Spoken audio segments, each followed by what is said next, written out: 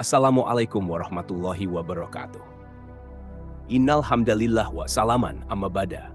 Hadirin yang dimuliakan Allah, jangan lupa like, komen, dan share agar pesan kebaikan ini terus mengalir menjadi wasilah dakwah, memperluas manfaat, serta menghadirkan pahala jariah bagi kita semua. Semoga setiap kebaikan yang disebarkan dicatat sebagai amal saleh dan menjadi keberkahan di dunia serta akhirat.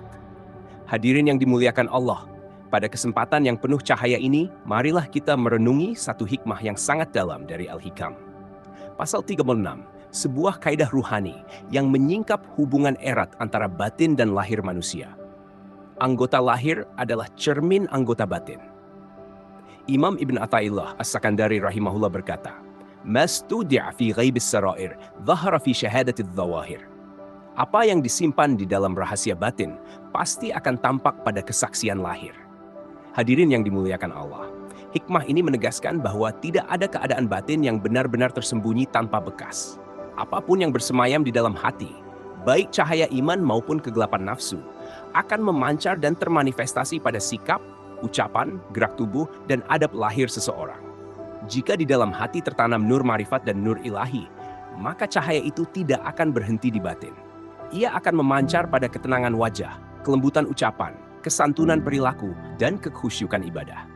Sebaliknya, jika hati dipenuhi kegelisahan, kesombongan, dan keterikatan kepada selain Allah, maka tanda-tandanya pun akan tampak jelas pada lahir.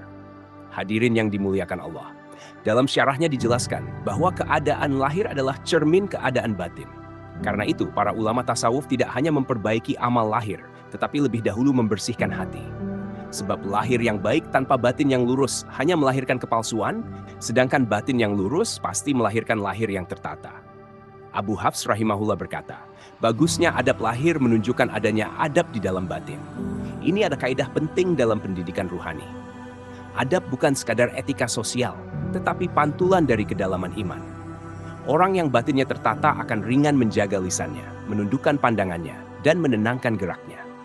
Hadirin yang dimuliakan Allah, Rasulullah SAW pernah menegur seseorang yang bermain-main dengan tangannya ketika syalat. Beliau bersabda, "Lau khasya'a qalbuhu la khasha'at jawarihu." Andaikan hatinya khusyuk, niscaya seluruh anggota badannya pun khusyuk. Hadis ini sangat tegas. Kekhusyukan lahir adalah buah dari kekhusyukan batin. Syalat yang gelisah, gerak yang tak tertib, dan pikiran yang melayang-layang bukan semata-mata masalah teknik ibadah, tetapi cermin kondisi hati. Hadirin yang dimuliakan Allah.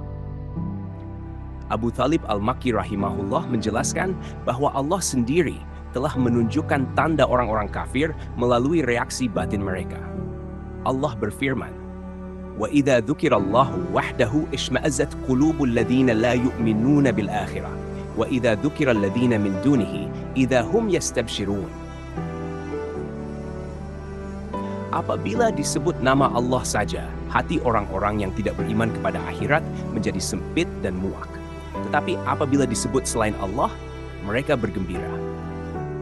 Ayat ini menjelaskan perbedaan yang sangat mendasar antara iman tauhid dan syirik. Orang beriman merasa tenang ketika segala sesuatu dikembalikan kepada Allah. Hatinya lapang ketika dikatakan, ini semua dari Allah. Sebaliknya, orang yang hatinya jauh dari tauhid merasa gelisah jika Allah dijadikan pusat sandaran. Hadirin yang dimuliakan Allah, maka Al-Hikam pasal 36 mengajak kita untuk jujur bercermin. Jangan sibuk menilai amal lahir orang lain, tetapi perhatikanlah apa yang tampak dari diri kita sendiri. Jika lisan kita murkasar, mungkin batin kita sedang keras. Jika ibadah kita terasa berat, mungkin hati kita sedang jauh. Dan jika zikir terasa hampa, mungkin batin kita masih penuh selain Allah. Perbaikan sejati dimulai dari dalam. Ketika batin dibersihkan dengan tauhid, ikhlas, dan marifat, maka lahir akan mengikuti dengan sendirinya. Tidak dipaksa, tidak dibuat-buat, tetapi mengalir sebagai cahaya. Hadirin yang dimuliakan Allah, semoga Allah menghiasi batin kita dengan nur iman dan nur marifat, sehingga terpancar indah pada lahir kita. Semoga Allah menjadikan hati kita khusyuk, agar anggota tubuh kita pun tunduk.